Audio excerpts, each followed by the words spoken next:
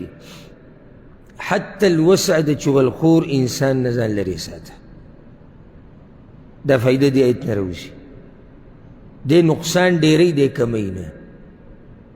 او دا ورسره هم یاده ساته کم سړی چې تا ته د چا خبر را رسوي دی ستا د هم بل ته رسوي. دا ښه یقیني خبره ده چې د چا یې تا ته را رسوله که نه نو پوه شه چې دی ستا دا هم بل ته رسوي. دی بیمار دی. تاسو ته دا پته شتي دا چغلخور سړی دا منافق سړی د ده په خېټه کې ګیس جمع کېږي. ګیس ته څه چې دا خبره ورسو د ده په معده دړي دړ دی د پلار خبره هم ګورې بل ته رسوي. دی د خپل پلار خبره هم ګورې بل ته رسېدلی دا کار دومره مزه ورکوي.